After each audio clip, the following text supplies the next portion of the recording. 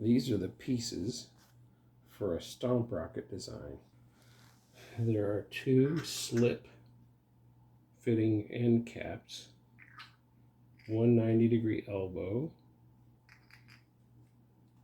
one slip to garden hose fitting, and a 4-way 90-degree slip fitting. Then there's a 24-inch length of PVC, an 18-inch length, 2 10s, and a 5.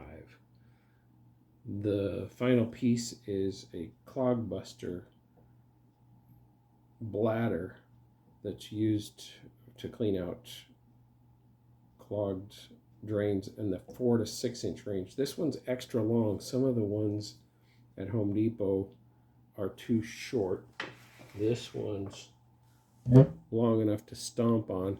The Home Depot ones are only about 2/3 that size and aren't quite big enough.